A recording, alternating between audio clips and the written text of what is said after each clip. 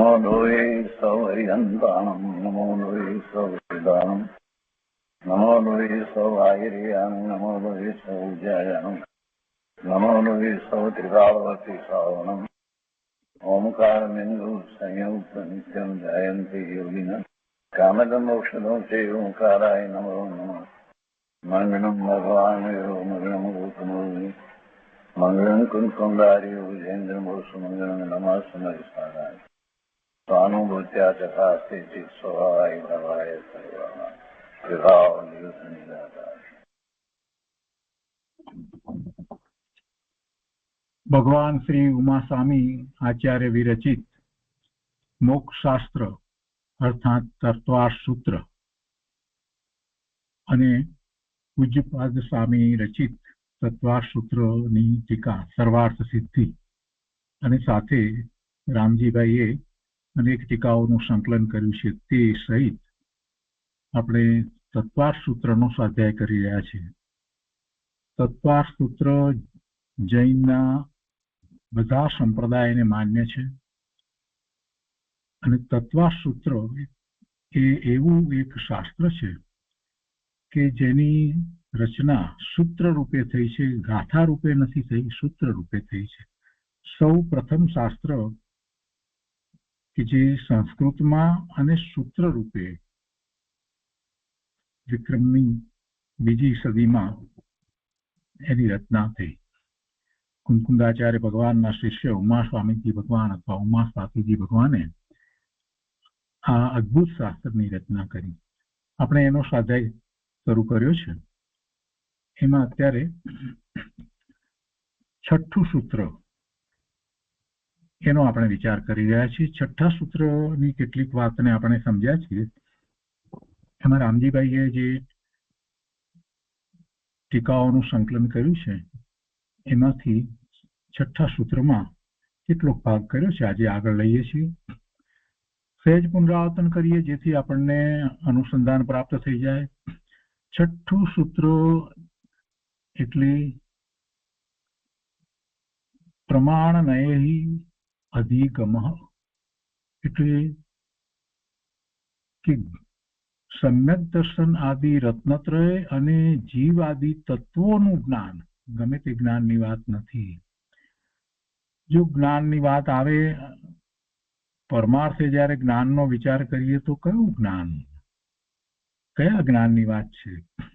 આપણે તો અનેક પ્રકારના બાહ્ય જ્ઞેયો અને એ પણ એ ઇન્દ્રિયનો વિષય જે થાય છે તો એનું જ્ઞાનની પર્યાયમાં જે જ્ઞાન થાય છે એને આપણે જ્ઞાન સમજીએ છીએ.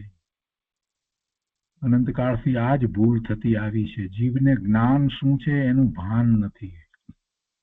આ બધી માહિતી, જે માહિતી પણ દરેક વખતે બદલાયા કરે છે, થોડા થોડા વખતમાં તો એ માહિતી બદલાઈ જાય છે. પહેલા જે માહિતી હતી એના પછી નવી માહિતી પ્રાપ્ત થાય છે તો પેલી જૂની માહિતી ખોટી પડે છે અને એને જ આપણે તો જ્ઞાન કહેતા આવ્યા છીએ. પ્રભુ, એ જ્ઞાન નથી. જગતમાં આ બધી માહિતી આપણે જે ધરાવીએ છીએ, જે આપણે શિક્ષણ પ્રાપ્ત કરીએ છીએ અને એમાં અનેક પ્રકારે માહિતી વગેરે મેળવીએ છીએ એને આપણે જ્ઞાન કહીએ છીએ. જ્ઞાન નથી પ્રભુ. જ્ઞાન તો ભગવાન આત્મા ચૈતન્ય મહામૂર્તિ છે, એવા પોતાના શુદ્ધ સ્વરૂપની પ્રાપ્તિ અર્થે જીનવાણીમાં જે વાત આવી છે એ જ્ઞાન છે. અને એ પણ દ્રવ્યસૂચ છે, એ પણ માહિતી રૂપ છે, છતાં એ સનાતન સત્ય છે. એ બદલાતું નથી. એ પરમ સત્ય છે. અનંત કાળથી એમ જ છે. મોક્ષ માર્ગનું જે જ્ઞાન છે, જીવનું જે જ્ઞાન છે, છ દ્રવ્યનું, સાત તત્વ, નવ પદાર્થનું જે જ્ઞાન છે એ કઈ બદલાતું નથી. એ એમ જ છે. અનંત કાળથી એ જ છે અને એ પરમાર્થે જીવને કાર્યકારી છે. તો એવા સમ્યક દર્શન આદિ રત્નત્રય, સમ્યક દર્શન, સમ્યક જ્ઞાન, સમ્યક ચારિત્ર, એને આપણે ત્રણ છે એને રત્ન કહીએ છીએ. એટલે રત્નત્રય છે. એ જીવની પર્યાય છે, આત્માની પર્યાય, નિર્મળ પર્યાય છે. તેનું જ્ઞાન અને જીવ આદિ તત્વો, જીવ આદિ તત્વો એટલે શું? છ દ્રવ્યો અને સાત તત્વ અથવા તો નવ પદાર્થ, કોઈ અપેક્ષાએ નવ તત્વ પણ કહેવાય. તો એનું જ્ઞાન, એ જ્ઞાનની આ વાત કરતા છે કે એ જ્ઞાન છે એ પ્રમાણ અને નયોથી થાય છે. એ જ્ઞાન કરવાની પદ્ધતિ છે, એ જ્ઞાન કરવાની રીત છે. એ કેવી રીતે એ જ્ઞાન થાય? તો કે પ્રમાણ અને નયથી જ્ઞાન થાય. તો પછી પ્રમાણ શું છે એની વ્યાખ્યા કરી, નય શું છે એની વ્યાખ્યા કરવામાં આવી. પ્રમાણ જ્ઞાન, જ્ઞાનના વિષયમાં પ્રમાણ જ્ઞાન. પ્રમાણ જ્ઞાન એવું છે, પ્રમાણ જ્ઞાન એવું છે કે સત્ય છે. એટલે સાચા જ્ઞાનને, નિર્દોષ જ્ઞાનને સમ્યક જ્ઞાન કહેવામાં આવે છે. એ વાત એમણે એ રીતે લીધી છે. જ્ઞાનનો ઉઘાડની અપેક્ષાએ જયારે આપણે ભાગ પાડી અને સમજીએ છીએ તો 5 પ્રકાર સમજીએ છીએ. મતિ, શ્રુત, અવધિ, મન, પર્ય અને કેવળ જ્ઞાન એ સમજીએ છીએ. તો પ્રમાણ જ્ઞાન છે એ બધું પ્રમાણ જ્ઞાન છે. અને એમાં કોઈ પણ જ્ઞાનનો વિચાર કરીએ તો એમાં જે જ્ઞાન છે એ બધા પડખાથી જયારે ગ્રહણ કરવામાં આવે ત્યારે એને પ્રમાણ જ્ઞાન કહેવામાં આવે. એને પ્રમાણ જ્ઞાન કહેવામાં આવે છે. અને એ બધા પડખાથી, બધી અપેક્ષાથી જયારે જ્ઞાનને ગ્રહણ કરવામાં આવ્યું તો પ્રમાણ જ્ઞાન જે છે, સત્ય છે, એને કોઈ એક અપેક્ષાથી, એક પડખાથી જોવામાં આવે તો એને નય કહેવામાં આવે છે. એને નય કહેવામાં આવે છે. અને આવા નય શ્રુત જ્ઞાનમાં પડે છે. શ્રુત જ્ઞાન જે છે એમાં જે મતિથી જે જાણવામાં આવ્યું છે એનો મિનિંગ સમજાય છે, એનો અર્થ સમજાય છે અને એનું વિશ્લેષણ થાય છે. એટલે નય જે પડે છે, અપેક્ષાઓ, આ બધું જે છે તે શ્રુત જ્ઞાનમાં પડે છે. નય શ્રુત જ્ઞાનમાં પડે છે. હવે આગળ આપણે બીજો વિચાર કર્યો છે એ લઈએ છીએ. એને યુક્તિ દ્વારા સમજવાની વાત કરી. પ્રમાણ અને નય તે યુક્તિનો વિષય છે, એની વાત આપણે લીધી. પછી આ પ્રમાણ જ્ઞાનની વાતની અંદર જો સૂત્ર તો પ્રમાણ જ્ઞાનની વાત છે, નયની વાત છે, એ દ્વારા આપણે એ પદ્ધતિ છે, એ પદ્ધતિ દ્વારા આપણે સમ્યક દર્શન, સમ્યક જ્ઞાન, સમ્યક ચારિત્ર જે રત્નત્રય છે એ રત્નત્રય અને જીવ આદિનું જ્ઞાન કરવાનું છે. એ તો પદ્ધતિ છે કઈ રીતે જ્ઞાન કરવાની. આ પદ્ધતિ પ્રમાણ અને નયથી પ્રાપ્ત કરવામાં આવે તો જ સત્ય સમજાય, એ સિવાય સમજાય નહીં. મૂળ વાત તો આ ચાલી રહી છે. પણ હવે જયારે પ્રમાણ જ્ઞાનની વાત આવી અને એમાં નયની વાત આવી તો પછી એમાં અનેક નય દ્વારા જેમ છે તેમ વસ્તુ સ્વરૂપને સમજીએ છીએ ત્યારે પ્રમાણ જ્ઞાન થાય છે એમ કહેવામાં આવ્યું. પણ વાસ્તવમાં તો પ્રમાણ જ્ઞાન જે છે એને છૂટું પાડીને જુદી જુદી અપેક્ષાઓથી સમજીએ એને નય કહેવામાં આવ્યું છે. એટલે બંને રીતે આખી વાતને જયારે સમજીએ છીએ ત્યારે એ નયની વાત આવી. તો અનેક નય દ્વારા જે જ્ઞાન કરવામાં આવે છે અને એ નયો એટલે કે દ્રષ્ટિકોણ જે છે વિરોધાભાસી દ્રષ્ટિકોણ લાગે તો પણ એ દ્વારા જયારે જેમ છે તેમ વસ્તુને સમજવામાં આવે ત્યારે આપણે જે સમજ છે એને એમ કહીએ છીએ કે અનેકાંત દ્વારા આપણે વસ્તુ સ્વરૂપને સમજાય છીએ. અને એને પ્રકાશવાની પદ્ધતિ, એને જણાવવાની, લખવાની, દર્શાવવાની જે પદ્ધતિ છે એને સ્યાદવાદ કહેવામાં આવે છે. અનેકાંત તો વસ્તુનું સ્વરૂપ છે. અનેક અપેક્ષા દ્વારા આપણે વસ્તુ સ્વરૂપને જાણીએ એવું વસ્તુનું સ્વરૂપ છે. વસ્તુ કહેતા 6 દ્રવ્ય ને વસ્તુ કહેવાય, કેમ કે દરેક દ્રવ્ય જે છે એમાં વસ્તુત્વ નામનો ગુણ છે, એટલે એને વસ્તુ કહેવાય. અને એ વસ્તુની અંદર જે ગુણ છે એ અનેક પ્રકારના ગુણ છે અને અનેક પ્રકારના ધર્મો છે. તો ધર્મોમાં બે વિરોધાભાસી લાગતા ધર્મો પણ એક સાથે રહ્યા છે. એકપણું, અનેકપણું, નિત્યપણું, અનિત્યપણું. આ જે વિચાર કરીએ છીએ તો આપણને એમ થાય છે કે વિરોધાભાસી ધર્મો છે તો કે હા, વિરોધાભાસી ધર્મો પણ છે એને એની અપેક્ષા સાથે સમજવા જોઈએ. એટલે એ નય દ્વારા સમજી શકાય. બે વિરોધાભાસી લાગતા જે ધર્મો છે એને જયારે સમજીએ છીએ તો એની અપેક્ષા સહિત સમજી શકાય. એકપણું કઈ રીતે છે, અનેકપણું કઈ રીતે છે, નિત્યપણું કઈ રીતે છે, અનિત્યપણું કઈ રીતે છે. એટલે એમ જયારે અનેક નય દ્વારા અને એમાં પણ વિરોધાભાસી લાગતા જે ધર્મો છે એને પણ જયારે આપણે સમજીએ છીએ તો એને આપણે અનેકાંત દ્વારા સમજીએ છીએ એમ કહેવામાં આવે. અને એને જણાવનારી પદ્ધતિ છે એને સ્યાદવાદ કહેવામાં આવે. એટલે કે વિરોધાભાસી લાગતા ધર્મોની આગળ આપણે એને જ્યારે જણાવીએ ત્યારે સ્યાત શબ્દોનો પ્રયોગ કરીએ છીએ કે આ કોઈ અપેક્ષાએ વસ્તુ એક છે, કોઈ અપેક્ષાએ વસ્તુ અનેક સ્વરૂપ પણ છે, કોઈ અપેક્ષાએ વસ્તુ નિત્ય છે, કોઈ અપેક્ષાએ વસ્તુ અનિત્ય પણ છે. એટલે એ સ્યાત શબ્દ આગળ મૂકીએ એટલે કોઈ અપેક્ષાએ એવું લખવાની જરૂર ન પડે. સ્યાત વસ્તુ નિત્ય, સ્યાત વસ્તુ અનિત્ય, સ્યાત વસ્તુ એક, સ્યાત વસ્તુ અનેક. તો એ અનેકાંત દ્વારા વસ્તુનું આપણે એ રીતે નિરૂપણ કરીએ છીએ. સ્યાદવાદ પદ્ધતિ છે. અને અનેકાંતની વાતમાં પછી અહીંયા સંકલનની અંદર કેટલીક વાત લેવામાં આવી. એમાં એ અનેકાંતનું સ્વરૂપ સમજાવવામાં આવ્યું. એટલે જુદી જુદી અપેક્ષાએ જ્યારે વાત કરવામાં આવી તો એમાં સમ્યક અને મિથ્યા અનેકાંત એવી વાત લેવામાં આવી.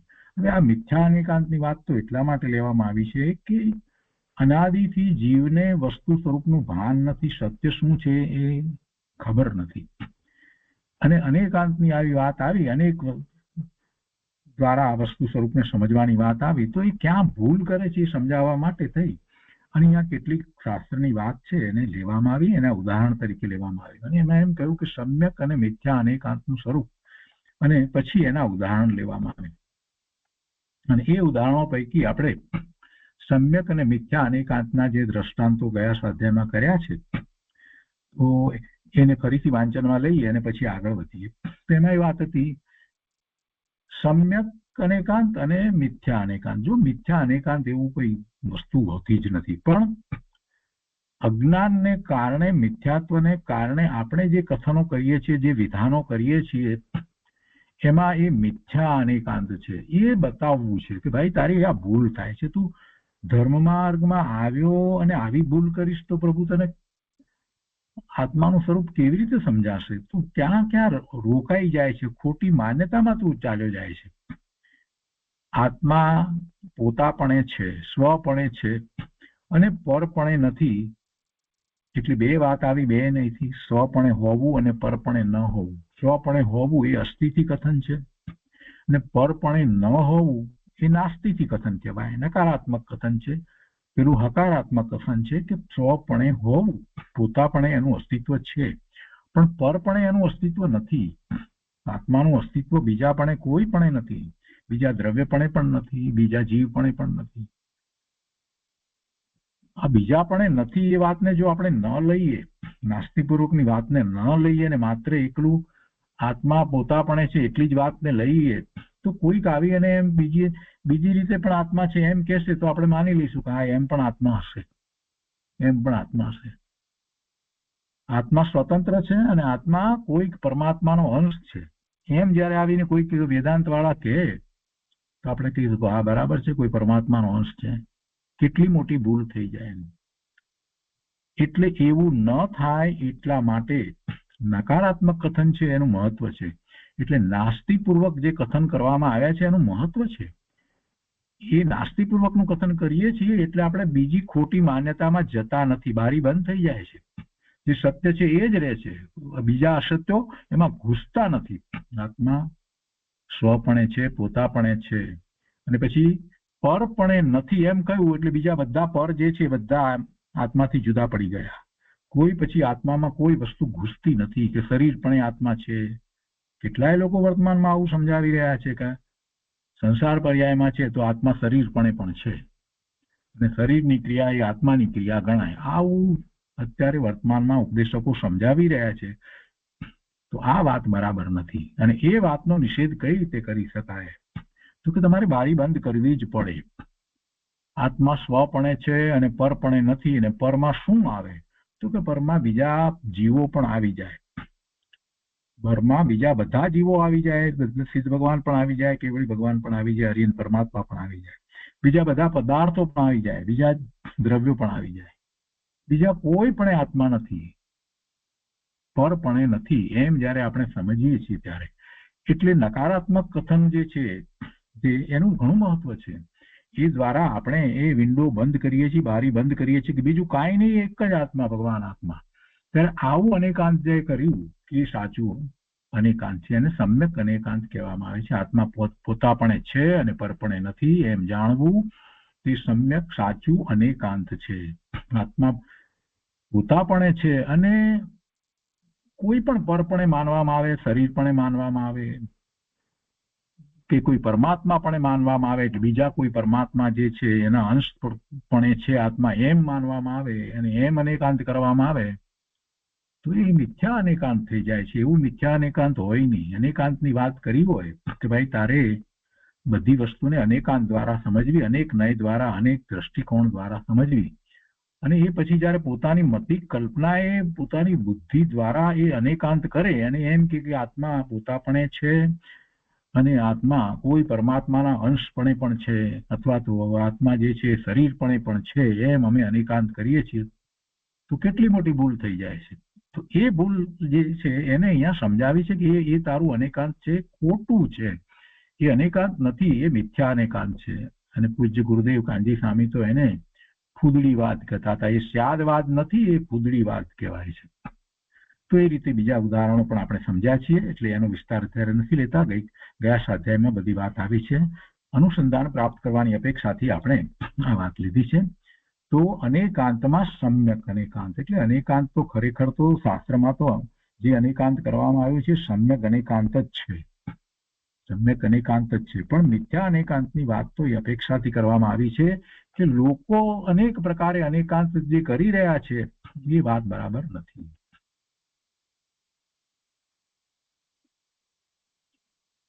અને પછી એના પછીનો વિષય આવે છે તે એકાંતનું સ્વરૂપ. તો એકાંતમાં પણ સમ્યક અને મિથ્યા એકાંત.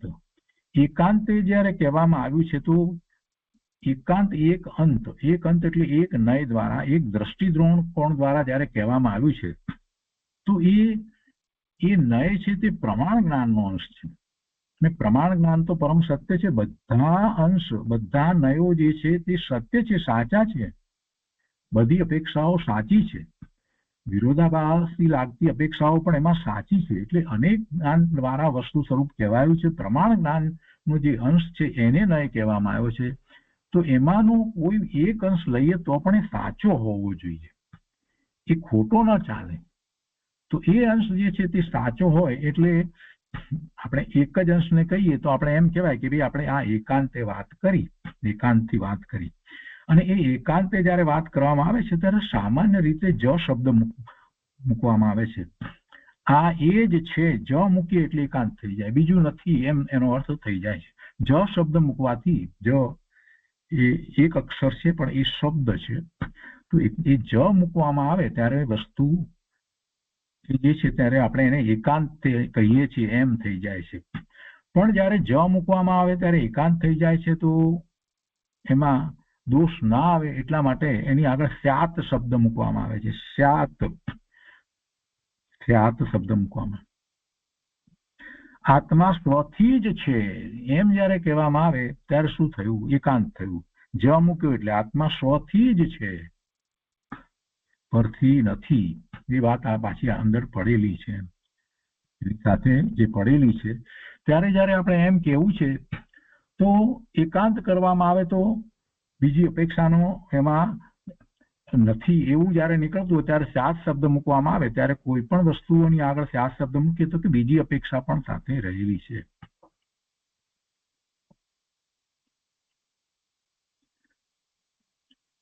અને એ સમ્યક એકાંત કહેવાય છે. જે પ્રમાણ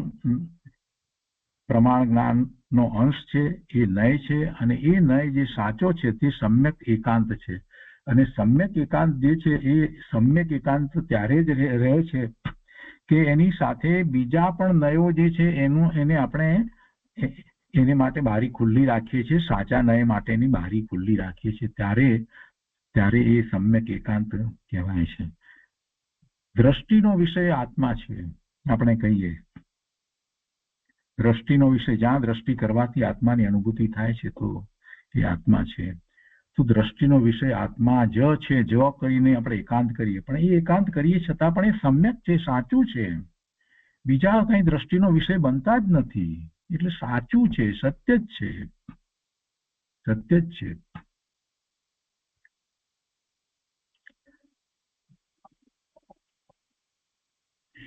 જ્યારે નિત્યની વાત કરતા હોઈએ ત્યારે આપણે એમ કહીએ કે આત્મા નિત્ય જ છે તો એકાંત થઈ જાય છે, તો આપણે એની આગળ શબ્દ મૂકવો પડે કે સ્યાત આત્મા નિત્ય જ છે.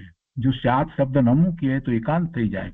તો પછી આત્માનું જે અનેકાંતપણાની વાત કરીએ કે નિત્યની સાથે જે પર્યાય રૂપે એ અનિત્ય જે છે એ વાત રહેતી નથી, તો પછી ખોટું પડે. તો પછી ત્યારે તમારે ત્યાં સામે આગળ એક શબ્દ મૂકવો પડે, સ્યાત શબ્દ. કોઈ અપેક્ષા એ આત્મા નિત્ય જ છે. આત્મા નિત્ય જ છે જ મૂકો એટલે એકાંત તો થયું. હવે આ એકાંત જે છે સાચું છે, એને સમ્યક રાખવું હોય તો એની રીત છે કે એની આગળ તમે જો બીજી અપેક્ષા જે છે એ રહી જાય છે અને એ અપેક્ષાને તમારે બતાવવી છે તો તમે આની આગળ સ્યાત શબ્દ મૂકો છો તો આત્મા નિત્ય જ છે એ એકાંત હોવા છતાં પણ સાચું રહે. પણ જો સ્યાત શબ્દ એની આગળ મૂકવામાં ન આવે, આત્મા નિત્ય જ છે એની આગળ સ્યાત શબ્દ એટલે કોઈ અપેક્ષા એ આત્મા નિત્ય જ છે એમ ન મૂકવામાં આવે તો આત્મા નિત્ય જે છે એ એકાંત થઈ જાય છે. અને એવું એકાંત જૈન દર્શનમાં ચાલતું નથી, કેમ કે આત્મા પર્યાય અપેક્ષા અનિત્ય પણ છે, તો એ વાત પણ સાથે રાખવી જ પડે. એટલે આ એકાંતની વાત, અનેકાંતની વાત અને એકાંત વસ્તુ જે છે સાચી છે તો એ સાચી રહે એ માટે એની આગળ આ સાત શબ્દ મૂકવો, આ બધી વાતને આપણે એટલા માટે સમજવી પડે છે. અને કેટલીક વસ્તુ જે છે તે સમ્યક એકાંત છે એમ જયારે કહેવામાં આવ્યું તો એ દ્રષ્ટિનો વિષય આત્મા જ છે, એટલે એ જયારે કરીએ તો એમાં સ્યાત શબ્દ આપણે મૂકવાની જરૂર પડતી નથી, એને મૂકવાની જરૂર પણ નથી. એ એકાંત છે તો હા એકાંત છે, પણ એ સમ્યક એકાંત છે. દ્રષ્ટિનો વિષય બીજો કાંઈ હોઈ શકે જ નહીં. દ્રષ્ટિનો વિષય આત્મા જ છે. દ્રષ્ટિનો વિષય તીર્થંકર ભગવાન કેવળી પરમાત્મા નથી તો નથી. આ જ વાત સમજવાની છે. આ બીજા દ્રષ્ટાંતો જે સમજીએ પહેલા મુખ્ય વાત આ સમજવાની. સમ્યક એકાંત જ્યારે કહેવામાં આવ્યું છે તો એ એકાંત છે, એને અનેકાંત એને કરવાની જરૂર નથી, એની આગળ સ્યાત શબ્દ મૂકવાની પણ જરૂર નથી. એ સમ્યક એકાંત છે, એકાંત છે છતાં પણ એને સ્વીકારવાનું છે. એ સમ્યક એકાંત જે છે ત્યારે એને એમ કહેવામાં આવે કે આ દ્રષ્ટિનો વિષય આત્મા જ છે, જ મૂક્યો એકાંત કર્યું છે. તો ત્યારે કોઈ પ્રશ્ન કરે કે આ તો તમે એકાંત કરી નાખ્યું, આપણે તો જૈન દર્શનમાં તો અનેકાંતની વાત આવે. ત્યારે ગુરુદેવે સમજાવ્યું કે ભાઈ આ સમ્યક એકાંત છે. એટલે ગુરુદેવે તો આ સમ્યક એકાંત સમજાવ્યું છે કે આ સમ્યક એકાંત છે એટલે એમાં તારે અનેકાંત કરવાનું નથી, એમ ગુરુદેવે સમજાવ્યું છે. અહીંયા જુદી રીતે થોડીક વાત લીધી છે એટલે આ સ્પષ્ટતાઓ હું કરું છું. સમ્યક એકાંત જયારે કહ્યું છે તો પછી એને અનેકાંત કરવાની જરૂર નથી. તું પછી એમ કહીશ કે દ્રષ્ટિનો વિષય આત્મા છે અને દ્રષ્ટિનો વિષય તીર્થંકર ભગવાન પણ છે, દ્રષ્ટિનો વિષય સિદ્ધ ભગવાન પણ છે, તો ભાઈ વાત નહીં ચાલે. તો વાત નહીં ચાલે.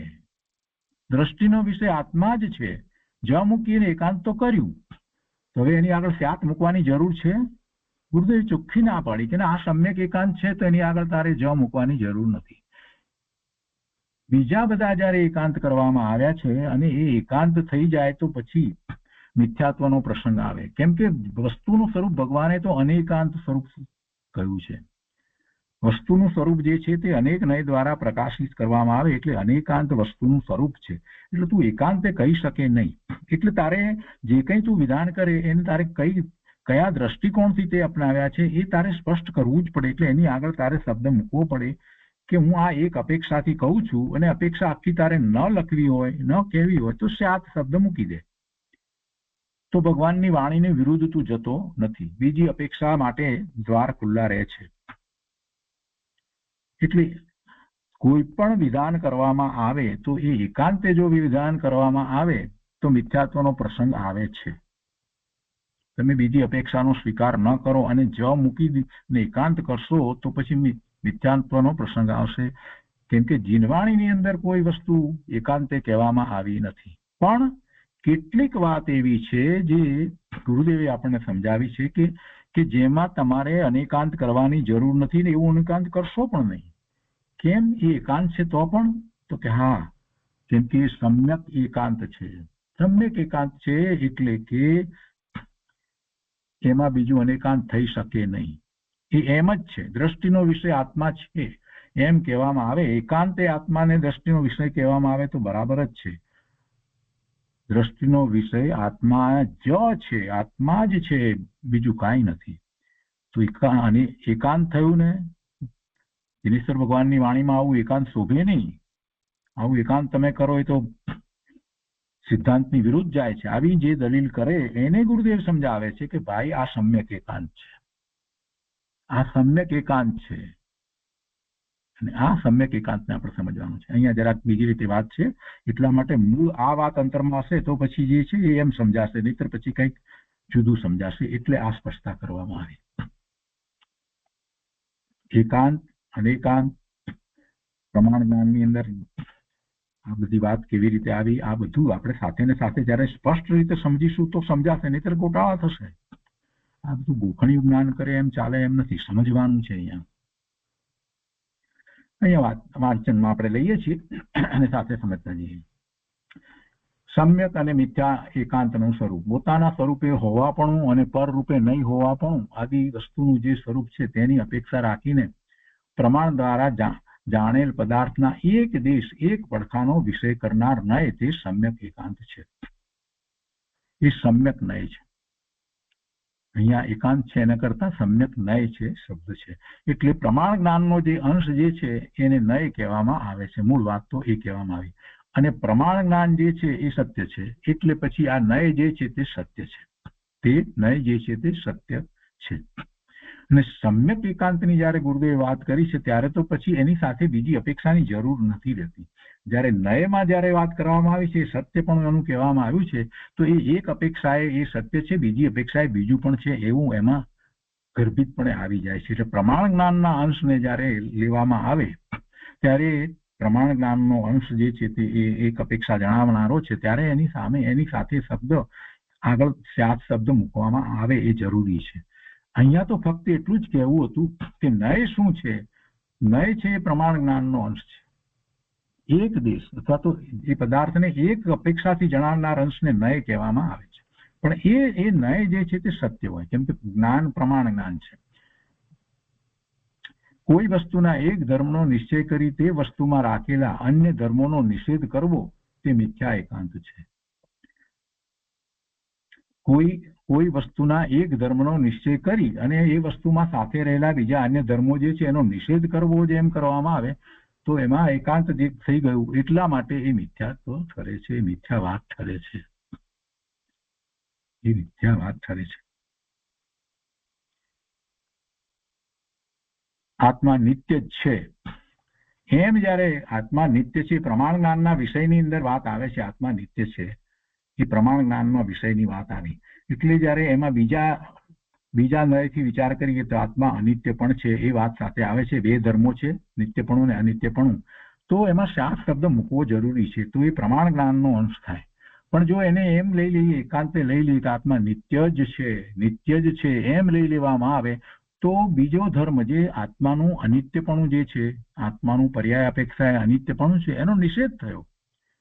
તો પછી એ સાચું હોવા છતાં પણ ખોટું ઠરે છે. આત્મા નિત્ય જ છે એમ જયારે લઈ લેવામાં આવે, એવો એકાંત કરવામાં આવે તો વસ્તુ એ વાત સાચી છે, નય સાચો હોવા છતાં પણ જ મૂકીને એકાંત કર્યું એટલે ખોટું ઠર્યું. એ જ મૂકવાની જરૂર નથી. આત્મા નિત્ય છે ત્યાં સુધી વાત બરાબર છે, પણ આત્મા નિત્ય જ છે તો બીજી અપેક્ષા જે છે, આત્માની અનિત્યપણાની અપેક્ષાનો નિષેધ કર્યો તો એમ એ જે છે એ એકાંત થઈ જાય છે.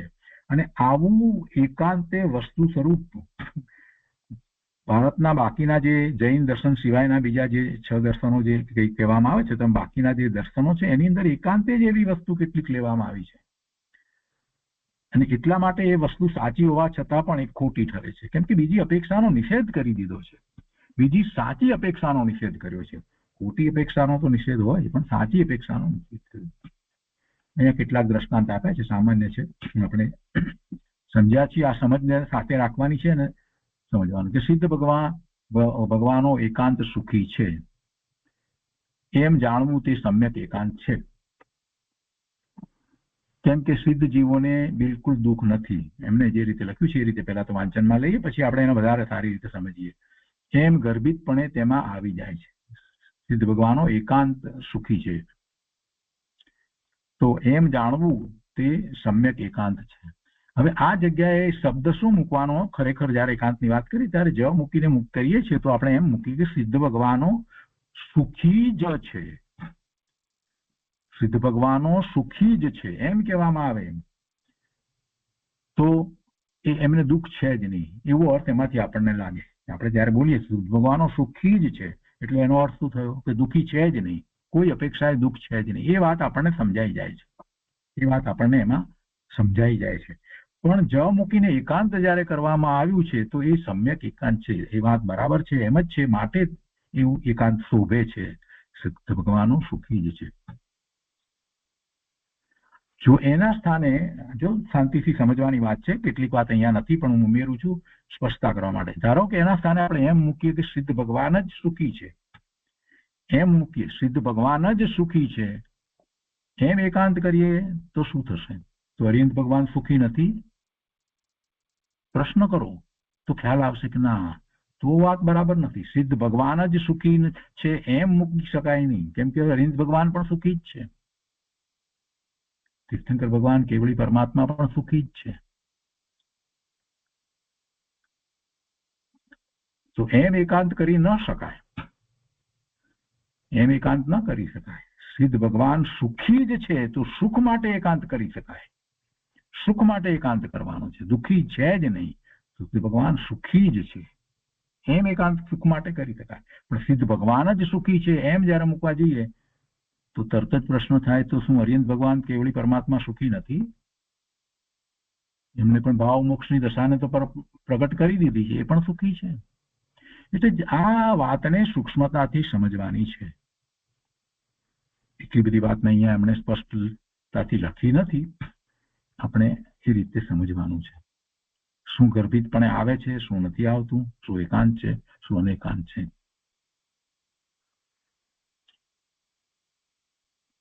એટલે કહે છે કે સિદ્ધ જીવોને બિલકુલ દુઃખ નથી એમ ગર્ભિતપણે તેમાં આવી જાય છે. સર્વ જીવો એકાંત સુખી છે એમ જાણવું એ મિથ્યા એકાંત છે. સર્વ જીવો એકાંત સુખી છે. હવે હતું સર્વ જીવો એકાંત સુખી છે એવો તો પ્રશ્ન જ નથી થતો. એ મિથ્યા એકાંત છે, કેમ કે તેમાં અજ્ઞાની જીવો વર્તમાન દુઃખી છે તેનો નકાર થાય છે. ઠીક છે. એકાંત બોધ બીજ રૂપ જીવનો સ્વભાવ છે. એકાંત એમણે શબ્દ એકાંત મૂક્યા છે એકાંત દર્શાવવા માટે થઈને. વસ્તુ સ્વરૂપ એમાં જ મૂકીને એકાંત થાય છે એ વાત એમણે અહીંયા નથી લીધી. આપણે તો સમજની પદ્ધતિ ને લેવી છે. તો એકાંત બોધ બીજ રૂપ જીવનો સ્વભાવ છે, બરાબર છે, એમ જાણવું તે સમ્યક એકાંત છે. એટલે બોધ બીજ રૂપ જીવનો સ્વભાવ જ છે. બોધ બીજ રૂપ અથવા તો બોધ બીજ રૂપ જ જીવનો સ્વભાવ છે એમ પણ લેવામાં આવે. તો બોધ બીજ રૂપ જ જીવનો સ્વભાવ છે એમ લઈએ તો પછી આનંદ રૂપ સ્વભાવ એ રહેતો નથી. પણ એને બદલે એમ લઈએ કે બોધ બીજ રૂપ જીવનો જ સ્વભાવ છે એમ લઈએ તો બરાબર છે, કેમ કે બીજા દ્રવ્યનો સ્વભાવ નથી. સ્વભાવની અપેક્ષાથી લઈએ તો એકાંત બરાબર છે. છદ્મસ જીવની એટલે અહીંયા પછી એ રીતે વાત લીધી છે એમ જાણવું તે સમ્યક એકાંત છે, કેમ કે છદ્મસ જીવની વર્તમાન જ્ઞાન અવસ્થા ઓછા ઉગાડ વાળી છે એમ તેમાં ગર્ભિતપણે આવી જાય છે. એટલે બોધ બીજ રૂપ એટલે જ્ઞાન સ્વભાવ રૂપ જીવનો સ્વભાવ છે, બોધ પામી શકે એવો સ્વભાવ છે. મૂળ વાત તો આચાર્ય છે. પછી એક બીજું ઉદાહરણ લીધું છે કે સમ્યક જ્ઞાન તે ધર્મ છે એમ જાણવું તે સમ્યક એકાંત છે, કેમ કે સમ્યક જ્ઞાન પૂર્વક વૈરાગ્ય હોય છે એમ ગર્ભિતપણે તેમાં આવી જાય છે. સમ્યક જ્ઞાન વિનાનો ત્યાગ તે જ ધર્મ છે એમ જાણવું તે મિથ્યા એકાંત છે, કેમ કે તે સમ્યક જ્ઞાન વિનાનો હોવાથી મિથ્યા ત્યાગ છે. આને પણ આપણે જે રીતે પહેલા સમજાય એ રીતે સમજવાનું છે. સમ્યક જ્ઞાન તે ધર્મ છે, સમ્યક જ્ઞાન તે ધર્મ છે, એમાં એકાંત કરીએ તો આપણે શું કરીએ? સમ્યક જ્ઞાન જ ધર્મ છે એમ જયારે કરીએ તો પછી શું થાય? એ એકાંતમાં તો સમ્યક દર્શન છે તે ધર્મ નથી, સમ્યક ચારિત્ર છે તે ધર્મ નથી એવો પ્રશ્ન થાય. એટલે ત્યાં એમ એકાંત ન કરાય કે સમ્યક જ્ઞાન જ ધર્મ છે. પણ ત્યાં એકાંત કરવું હોય તો આપણે એમ કરીએ કે સમ્યક જ્ઞાન ધર્મ જ છે. સમ્યક જ્ઞાન છે બીજું કાંઈ નથી, એ ધર્મ જ છે. ધર્મને માટે એને ધર્મ અપેક્ષાએ એનું એકાંત કરી શકાય. સમ્યક જ્ઞાન તે ધર્મ જ છે. સમ્યક દર્શનને માટે પણ એમ જ કહેવાય કે સમ્યક દર્શન તે ધર્મ જ છે, સમ્યક ચારિત્ર છે તે ધર્મ જ છે. એમ એકાંત કરીએ તો સમ્યક એકાંત થાય છે. એટલે એ રીતે એને વધારે સમજવાનું છે. અહીંયા તો એમણે જરાક જુદી રીતે વાત લીધી છે. સમ્યક જ્ઞાનપૂર્વક વૈરાગ્ય હોય છે પણ એ સમજાય એવું છે, એમાં ગર્ભિતપણે તેમાં આવી જાય છે. એ વાત તો સમજાય એવી છે, પણ આપણે અહીંયા સમજાવવું છે સમ્યક એકાંત સમજાવવું છે, પણ એ સમ્યક એકાંત એમણે એ રીતે નથી સમજાવ્યું, એટલે આપણે આ રીતે એને વધારે સ્પષ્ટ કરીએ છીએ. સમજાય એવી વાત છે કે સમ્યક જ્ઞાન છે તો સમ્યક જ્ઞાનપૂર્વક વૈરાગ્ય હોય છે, એ વાત આવી જાય છે. પણ અહીંયા તો પદ્ધતિ સમજાવવી છે, એકાંતની પદ્ધતિ. સમ્યક એકાંત કોને કહેવાય એ સમજાવવું છે, એટલે આપણે આ રીતે વાત લીધી છે. ત્યાગ તે જ ધર્મ છે, જ મૂક્યો છે. ત્યાગ તે જ ધર્મ છે, એટલે ત્યાગ વિના બીજું કઈ ધર્મ નથી, એવું અર્થ થાય છે. અહીંયા તો બીજી વાત લીધી છે કે સમ્યક જ્ઞાન વિનાનો ત્યાગ તે ધર્મ છે, એમ જાણવું તે મિથ્યા એકાંત છે. એટલે સમ્યક જ્ઞાન વિનાનો અને પછી ત્યાગ તે ધર્મ છે, એ આખું વાક્ય છે ને, એ રીતે સમ્યક એકાંતની અંદર બેસતું નથી. તો સમ્યક જ્ઞાન વિનાનો ત્યાગ ધર્મ નથી, એમ મૂળ તો વાત કહેવી છે. જ્યારે ત્યાગ તે જ ધર્મ છે એમ જ્યારે કહેવામાં આવે, ત્યાગ તે જ ધર્મ છે, તો બીજું કઈ ધર્મ છે જ નહીં એવો પ્રશ્ન થાય. એટલે એ એકાંત ખોટું પડે છે, એકાંત ખોટું પડે છે, એકાંત ન હોઈ શકે. ત્યાં જ એ મિથ્યા એકાંત થઈ જાય છે. સામાન્ય રીતે ધર્મની અંદર આપણે જ્યારે કહીએ છીએ ત્યારે એમ સમજીને જ આગળ ચાલીએ છીએ કે જે જ્ઞાન છે તે પ્રમાણ જ્ઞાન છે, અનેક નય દ્વારા વસ્તુ સ્વરૂપને પ્રકાશવામાં આવે છે, અને દરેક નય જે છે તે પ્રમાણ જ્ઞાનનો અંશ છે, અને એ અંશ જે છે તે સત્ય જ છે. આ મૂળભૂત વાતને પકડી રાખવાની છે. અને જ્યારે એકાંત તે વાત કોઈ પણ વસ્તુ કરતા હોઈએ ત્યારે એમાં મિથ્યાત્વનો પ્રસંગ ન આવે એટલા માટે જ્યારે જ મૂકીએ અને બીજી અપેક્ષાઓ સાથે બાકી હોય તો આપણે સાથે એ જ મૂકતા હોય તો આગળ જ મૂકી અને વજન વધારીને એકાંત કરીએ છીએ, પણ છતાંય બીજી અપેક્ષાને ખુલ્લી રાખવી છે તો આપણે આગળ એને શાત શબ્દ મૂકવાથી એમાં વિરોધાભાસ આવતો નથી, તો મિથ્યાત્વનો પ્રસંગ આવતો નથી. એકાંતમાં મિથ્યાત્વનો પ્રસંગ ન આવે એ મહત્વનું સમજવાનું. ઠીક છે. હવે પ્રમાણના પ્રકારની વાત અહીંયા કહી છે. પ્રમાણના બે પ્રકાર છે, પરોક્ષ પ્રમાણ અને પ્રત્યક્ષ પ્રમાણ. પરોક્ષ પ્રમાણને માટે અહીંયા કહે છે કે જે ઇન્દ્રિયોથી સ્પર્શાય પ્રવર્તે તથા જે ચક્ષુ અને મનથી વગર સ્પર્શે પ્રવર્તે, એમ બે પરદ્વારોથી પ્રવર્તે તે પરોક્ષ છે. ઇન્દ્રિયોથી સ્પર્શાય પ્રવર્તે એટલે જેમાં ઇન્દ્રિયો પણ નિમિત્ત કારણ છે, તથા જે ચક્ષુ અને મનથી વગર સ્પર્શે પ્રવર્તે એમ બે પરદ્વારોથી પ્રવર્તે તે પરોક્ષ છે.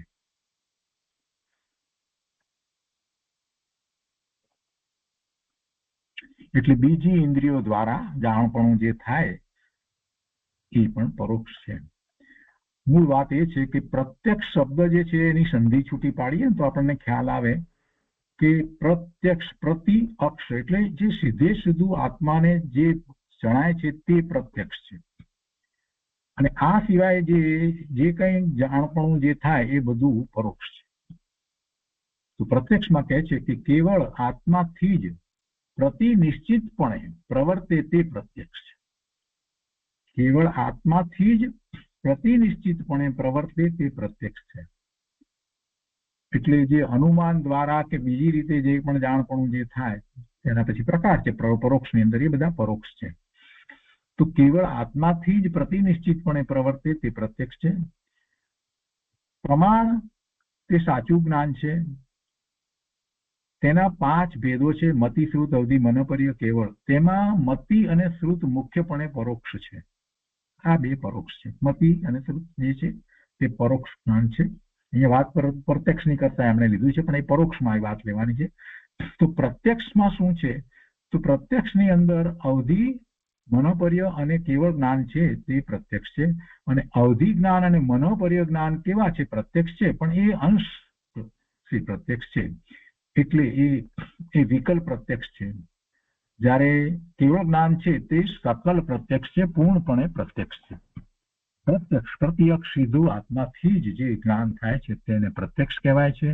એમાં વચ્ચે ઇન્દ્રિયો કે મન આવતા નથી, એ પ્રત્યક્ષ કહેવાય છે. જેમાં ઇન્દ્રિયો અથવા મન એ પછી ચક્ષુ ઇન્દ્રિય હોય કે બાકીની ઇન્દ્રિયો હોય, દર્શનની અંદર એ વાત આવે છે. અને જુદું પાડ્યું ને અહીંયા ઉપર પરોક્ષની અંદર, તો એનું કારણ એ છે કે દર્શનની અંદર આપણે એમ લઈએ છીએ, દર્શનાવરણીય કર્મની જયારે વાત લઈએ છીએ ત્યારે એ વાત હોય છે ને કે ચક્ષુ દર્શન અને એની સામે ચક્ષુ દર્શનાવરણીય કર્મ, ને અચક્ષુ દર્શન અને અચક્ષુ દર્શનાવરણીય કર્મ એમ લઈએ છીએ ને. એટલે ત્યાં 4 ભાગ છે જ્ઞાનની અંદર. આપણે જે 5 લઈએ છીએ, મતિ, શ્રુત, અવધિ, મનોપર્ય અને કેવળ જ્ઞાન, ત્યારે જયારે દર્શનની અંદર આપણે 4 લઈએ છીએ. દર્શન કયું દર્શન લઈએ છીએ? તો પહેલું લીધું છે ચક્ષુ દર્શન, અને પછી અચક્ષુ દર્શન જે કહેવામાં આવ્યું, તો એ બાકીની જે 4 ઇન્દ્રિય છે ચક્ષુ સિવાયની, એના દ્વારા જે દર્શન થવું એને અચક્ષુ દર્શન કહેવાય છે. એ બીજો ભેદ છે. અને ત્યાર પછીથી અવધિ દર્શન, ત્રીજો ભેદ. અને પછી મનોપર્ય દર્શન એવું હોઈ શકે નહીં, એટલા માટે એની વાત નથી. અને પછી ચોથો ભેદ છે તે કેવળ દર્શન, ચક્ષુ દર્શન, અચક્ષુ દર્શન, એટલે બીજી ઇન્દ્રિયો દ્વારા જે દર્શન થવું તે, અવધિ દર્શન અને કેવળ દર્શન. એવા 4 ભેદ દર્શનની અંદર લેવામાં આવ્યા છે. દર્શન એટલે શું? સામાન્ય પ્રતિભાસ.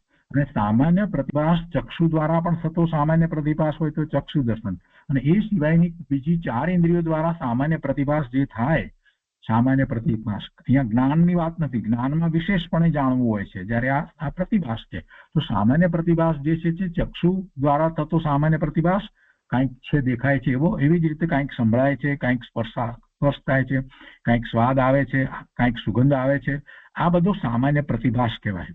એટલે ચક્ષુ દ્વારા થતો સામાન્ય પ્રતિભાસ છે એને ચક્ષુ દર્શન કહેવાય. અને ચક્ષુ સિવાયની બાકીની ઇન્દ્રિયો દ્વારા જે સામાન્ય પ્રતિભાસ થાય એને અચક્ષુ દર્શન કહેવાય. એ જ રીતે અવધિ દર્શન, સામાન્ય એવું જે કોઈ પણ ઇન્દ્રિય વિના એવું સામાન્ય પ્રતિભાસ થવો દૂરના પદાર્થનો, એ અવધિ દર્શન છે.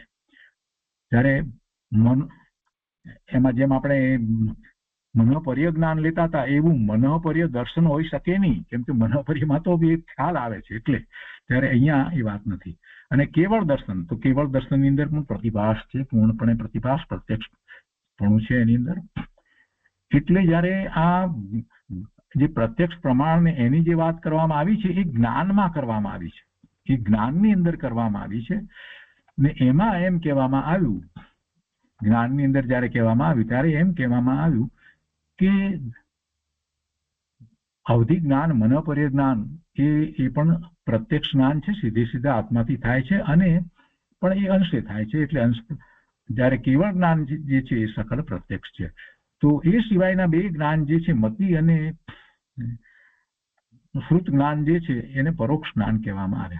અને એ કઈ રીતે થાય છે એનો પછી આગળ વધારે વિસ્તાર આવશે, એ ત્યારે આપણે વાત લઈશું.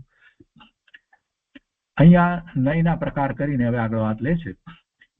નયની વાત કરી તો આ પ્રમાણ વિશે થોડીક વાત લીધી, ત્યાર પછીથી નયના પ્રકાર કરી અને અહીંયા વાત લેવામાં આવી છે. એમાં કહે છે કે નયના 2 પ્રકાર છે. મુખ્ય જોઈએ તો દ્રવ્યાર્થિક નય અને પર્યાર્થિક નય. તેમાં જે દ્રવ્ય પર્યાય સ્વરૂપ વસ્તુના દ્રવ્યનો મુખ્યપણે અનુભવ કરાવે તે દ્રવ્યાર્થિક નય છે. દ્રવ્ય પર્યાય સ્વરૂપ વસ્તુ છે. વસ્તુ તો દ્રવ્ય પર્યાય સ્વરૂપ જ છે, દ્રવ્ય પર્યાય વિનાનું હોય જ નહીં. છતાં પણ અહીંયા દ્રવ્યને જે મુખ્ય વિષય કરે છે એ જણાવનારો જે નય છે, એ જણાવનાર જે કથન જે છે એને દ્રવ્યાર્થિક નયનું કથન કહેવામાં આવે. એ દ્રવ્ય અપેક્ષાએ દ્રવ્યને મુખ્ય કરીને જણાવનાર જે કથન જે છે એ દ્રવ્યાર્થિક નયનું કથન છે એમ કહીએ છીએ. અને જે પર્યાયનો મુખ્યપણે અનુભવ કરાવે, એટલે મુખ્યપણે પર્યાયનો ખ્યાલ આપે, એને દર્શાવનાર જે છે કથનો જે છે, એવા વિધાનો છે, એ પર્યાર્થિક નયના વિધાન છે, પર્યાર્થિક નયનું કથન છે. તો દ્રવ્યાર્થિક નય અને પર્યાર્થિક નય એ દ્રષ્ટિકોણ છે. દ્રવ્યને મુખ્ય કરીને જણાવે, એનો અનુભવ કરાવે, એનો ખ્યાલ કરાવે, એ દ્રવ્યાર્થિક નય નો વિષય થયો. અને જે પર્યાયને મુખ્યપણે જણાવે, અનુભવ કરાવે, ખ્યાલ આપે, એ પર્યાર્થિક નયનો વિષય થયો.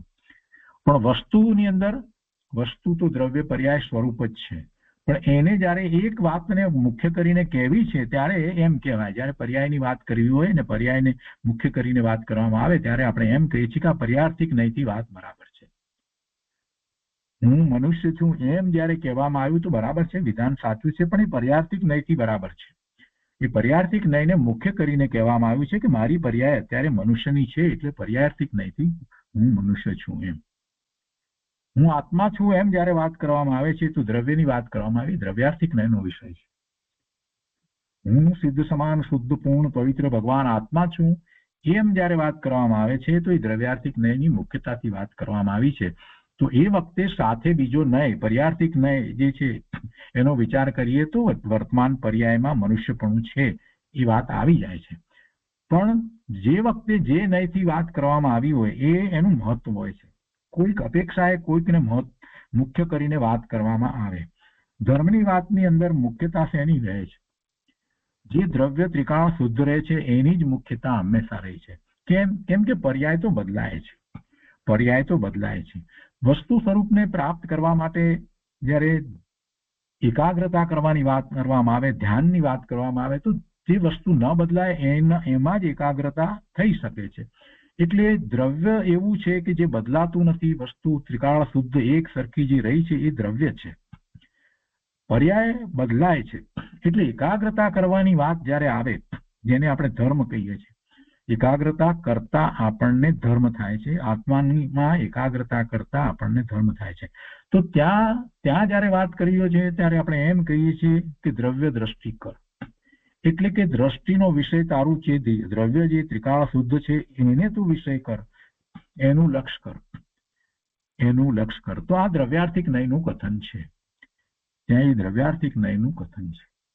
જ્યારે આપણે જાગૃતિની વાત કરતા હોઈએ કે ભાઈ તું આ બધું કરી રહ્યો છે, ધર્મ કરી રહ્યો છે, પણ તું તારા પરિણામોને તપાસ, તારા પરિણામોને તું તપાસ, કેમ તારા પરિણામો કેવા થઈ રહ્યા છે. તો ત્યારે આપણે એમ કહીએ છીએ કે ઓહો, મારા પરિણામ તો શુભ ભાવના થઈ રહ્યા છે, મારા પરિણામ તો અશુભ ભાવના થઈ રહ્યા છે વગેરે જ્યારે વિચાર કરીએ છીએ તો એ પર્યાર્થિક નયનો વિષય થયો. એ પર્યાર્થિક નયનો વિષય થયો. તો ધર્મની અંદર આ જે દ્રવ્યાર્થિક નય અને પર્યાર્થિક નયની વાત જે છે એને આપણે આ રીતે સમજવાની છે અને એનો ઉપયોગ કરવાનો છે કે જ્યારે ધર્મની વાત આવે કે ના હવે મારે શું કરવાનું છે, તો કે દ્રવ્યાર્થિક નયનો વિષય શું છે? દ્રવ્યાર્થિક નયનો વિષય ત્રિકાળ શુદ્ધ વસ્તુ જે બદલતી નથી એ પોતાનું સ્વરૂપ જે છે એનું લક્ષ કરવું, એનું લક્ષ કરવું. એટલે દ્રવ્ય દ્રષ્ટિ કરવી. આ બધી જે વાત કરવામાં આવે, પણ જ્યારે જાગૃતિની વાત કરવામાં આવે, તમે શું કરી રહ્યા છો, કેટલે પહોંચ્યા છો, 12મી ગાથામાં જે કહ્યું ને જાણેલો પ્રયોજન મહાન છે વ્યવહાર, તો એમાં પર્યાયની વાત કરવામાં આવે છે કે અત્યારે તમારી કેટલી શુદ્ધ પર્યાય થઈ, કેટલી શુદ્ધિની વૃદ્ધિ થઈ રહી છે, તપાસો. તમારા પરિણામ કઈ રીતે થઈ રહ્યા છે? તમારા પરિણામ શુભ ભાવે થઈ રહ્યા છે, અશુભ ભાવે થઈ રહ્યા છે, કે તમારા પરિણામ ક્યારેક શુદ્ધ ભાવે પણ થાય છે. આ બધી વાત જ્યારે આવે છે એ પર્યાર્થિક નયનો વિષય છે. એટલે એ બધો પર્યાર્થિક નયનો વિષય જે છે એને વ્યવહાર કહેવામાં આવ્યો છે. એટલા માટે અધ્યાત્મની અંદર પરમાર્થે પર્યાર્થિક નયનો વિષય આખો અને પર્યાર્થિક નયની મુખ્યતાથી જે કંઈ કહેવાયું હોય એ બધો વ્યવહાર છે. બધો વ્યવહાર કહેવામાં આવ્યો છે. નિર્મળ પરિણામ થયા તો પણ કે વ્યવહાર છે. અધ્યાત્મની અંદર રત્નત્રયના પરિણામ જે છે એને પણ વ્યવહાર કહેવામાં આવે છે અને ત્રિકાળી વસ્તુ જે છે એને જ નિશ્ચય કહેવામાં આવે છે. એટલે વ્યવહાર ને નિશ્ચયનો સંબંધ પણ સાથે સાથે આપણે આ રીતે સમજીએ છીએ. દ્રવ્યાર્થિક નયની મુખ્યતાથી વાત કરી અને અધ્યાત્મની અંદર એમ કહેવામાં આવ્યું છે કે આત્મા, શુદ્ધ આત્મા જે છે તે જ નિશ્ચય છે અને નિર્મળ પરિણામ છે એ પણ એનો વ્યવહાર છે. આ અધ્યાત્મની અંદર વાત કરવામાં આવી છે. તો આગળ વધીએ. દ્રવ્યાર્થિક નય અને પર્યાર્થિક નયની સામાન્ય વ્યાખ્યા તો આપણે જાણીએ છીએ.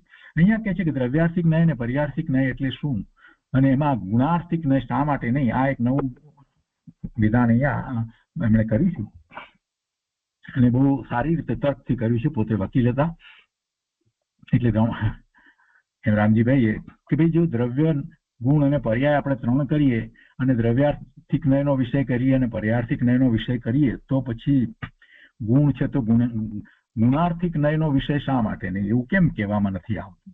એવો તર્ક કરી અને પછી એમને એને એની સ્પષ્ટતા કરી છે, આપણે વાંચનમાં લઈએ છીએ કે શાસ્ત્રોમાં ઘણે ઠેકાણે દ્રવ્યાર્થિક નય અને પર્યાર્થિક નય એમ બે નયો વાપર્યા છે, પણ ગુણાર્થિક નય એમ ક્યાંય વાપરવામાં આવ્યું નથી. તેનું કારણ શું તે કહેવાય છે. એમાં પછી અમે પહેલો એક તર્ક લીધો છે કે કદાચ આપણે એમ માનતા હોઈએ કે દ્રવ્યની અંદર કે ગુણ આવી જાય તો એટલા માટે નહીં, તો કે ના, એ તર્ક બરાબર નથી.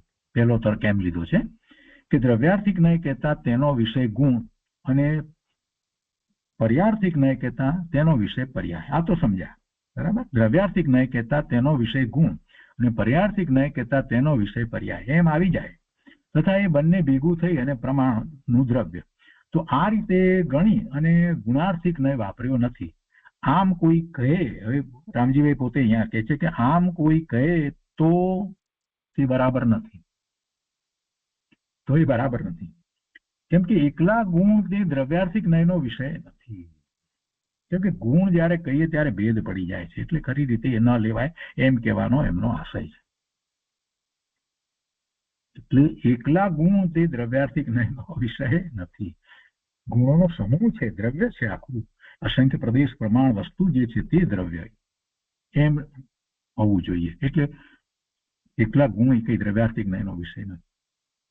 એટલે તમે એમ માની લેતા હો દ્રવ્યાર્થિક નયની અંદર ગુણાર્થિક નય આવી જાય છે તો એટલા માટે, તો કે એ વાત તમારી બરાબર નથી. પછી બીજો તર્ક છે, એને પણ ખોટો પાડ્યો છે, કે છે કે દ્રવ્યાર્થિક નયનો વિષય દ્રવ્ય અને પર્યાર્થિક નયનો વિષય પર્યાય તથા તે પર્યાય ગુણનો અંશ હોવાથી પર્યાયમાં ગુણ આવી ગયા એ રીતે ગણી અને ગુણાર્થિક નય વાપર્યો નથી. આ પ્રમાણે કોઈ કહે તો કે છે એ પણ બરાબર નથી.